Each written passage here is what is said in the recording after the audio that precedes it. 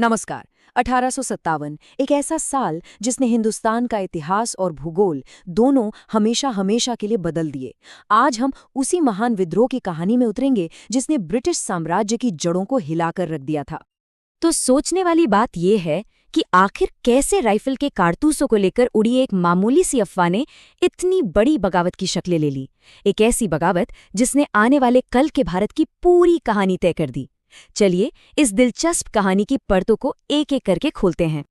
देखिए, ये कोई अचानक हुई घटना नहीं थी। इसकी जड़ें बहुत गहरी थीं, करीब 100 साल पुरानी। ईस्ट इंडिया कंपनी के राज में भारतीयों के दिलों में जो गुस्सा और बेचैनी थी, वो एक सुलगते हुए ज्वालामुखी की तरह थी जो बस फटने का इंतजार कर रही थी। मतलब हर तरफ से माहौल बन रहा था। एक तरह से समझिए कि एक बारूद का ढेर तैयार हो रहा था। राजनीतिक तौर पर अंग्रेज एक के बाद एक भारतीय रियासतों को हड़प रहे थे। आर्थिक मोर्चे पर उनकी नीतियों ने किसानों और कारीगरों को पूरी तरह से बर्बाद कर दिया था। ऊपर से सामाजिक और धार्मिक मामलों में उनकी दखलंदाजी ने लोगों के मन में ये डर बिठा दिया कि उनकी अपनी पहचान ही खतरे में है। और सेना में जिन भारतीय सिपाहियों के दम पर कंपनी का राज टिका था, उन्हीं के साथ सबसे ज्यादा भेदभाव होता था। तो ये सब मिलकर एक ऐसा माहौल बना चुके थे जिसे बस एक चिंगारी की जरूरत थी। और वो चिंगारी, वो आयरनफील्ड राइफल की शक्ल में। यही वो एक घटना थी जिसने सालों से सुलग रहे इस असंतोष को एक धधकती हुई आग में बदल दिया। तो मसला क्या था समझिए। ये नई एनफील्ड राइफल ज्यादा आधुनिक थी, लेकिन इसके कारतूस को इस्तेमाल करने का जो तरीका था, वो हिंदू और मुसलमान दोनों ही सिपाहियों के लिए बेहद आपत्तिजनक था। गाय हिंदुओं के लिए पवित्र है और सुअर मुसलमानों के लिए हराम। अब सोचिए, सिपाहियों के लिए ये सिर्फ एक हुक्म नहीं था, ये उनके धर्म पर सीधा हमला था। उन्हें लगा कि ये जानबूझकर उनके ईमान को खत्म करने की एक सोची समझी साजिश है। और इसी माहौल में एक नाम उभर कर सामने आता है, मंगल पांडे।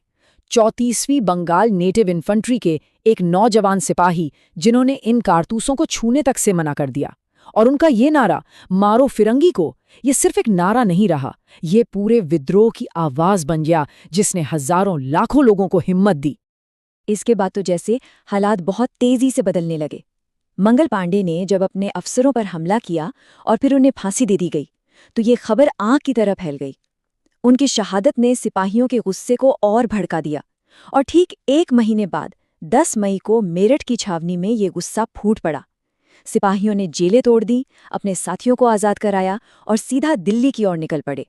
जो एक सिपाही का विरोध था, वो अब एक संगठित बगावत बन चुका था। मेरठ से जो चिंगारी उठी थी ना, वो देखते ही देखते पूरे उत्तर और मध्य भारत में जंगल की आग की तरह फैल गई। अब ये सिर्फ सिपाहियों का विद्रोह नहीं रहा था, ये एक जन आंदोलन बनता जा रहा था। विद्रोहियों का सबसे पहला और सबसे बड़ा कदम था दिल्ली की तरफ बढ़ना, और उन्होंने दिल्ली पर कब्जा कर भी लिया। ये सिर्फ एक शहर पर कब्जा नहीं था, ये एक बहुत बड़ा सांकेतिक दाव था। उन्होंने कमजोर और बूढ़े हो चुके आखिरी मुगल बादशाह बहादुर शाह जफर को हिंदुस्तान का शहंशाह घोषित कर दिया। भले ही जफर के पास असली ताकत नहीं थी, लेकिन उनके नाम ने इस पूरे विद्रोह को एक पहचान दे दी। अब बगावत की ये आग अलग अलग शहरों में जल रही थी और हर जगह से नए नए हीरो, नए नए लीडर्स सामने आ रहे थे। दिल्ली की कमान संभाली जनरल बख्त खान ने, तो कानपुर में नाना साहेब और तात्या टोपे ने मोर्चा खोला। लखनऊ में बेगम हजरत महल ने अंग्रेजों को चुनौती दी, तो झांसी में रानी लक्ष्मीबाई की वीरता की गाथा लिखी गई। और बिहार में तो 80 साल के जांबाज कुंवर सिंह ने बगावत का झंडा बुलंद कर दिया।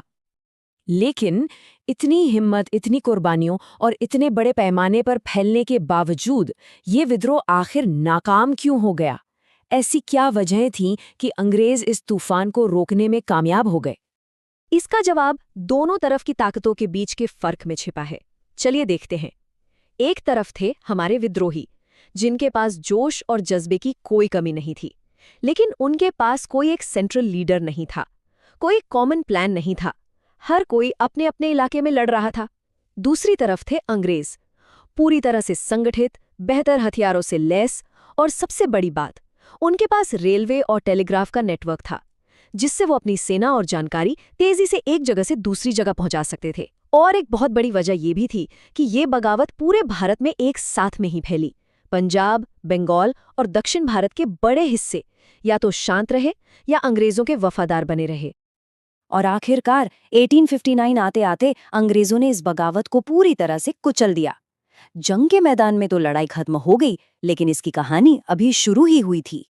इस विद्रोह के जो नतीजे निकले वो बहुत गहरे थे और उन्होंने भारत पर ब्रिटिश हुकूमत का पूरा तरीका ही बदल दिया। भारत अब पहले जैसा नहीं रहने वाला था। सबसे बड़ा बदलाव तो यही था, सत्ता का ट्रांसफर। ब्रिटिश सरकार को ये समझ आ गया था कि ईस्ट इंडिया कंपनी, जो कि एक ट्रेडिंग कंपनी थी, उसके बस का नहीं है भारत जैसे विशाल देश पर हुकूमत करना। तो 1858 में कंपनी का राज खत्म कर दिया गया और भारत का कंट्रोल सीधे ब्रिटिश क्राउन यानी महारानी विक्टोरिया के हाथों में चला गया। गवर्नर जनरल का पद खत्म हुआ और उसकी जगह वाइसराय ने ले ली, जो सीधा लंदन की सरकार को जवाब देता था। और इसी के साथ महारानी विक्टोरिया का एक ऐलान भी आया। ये एक तरह से मरहम लगाने की कोशिश थी।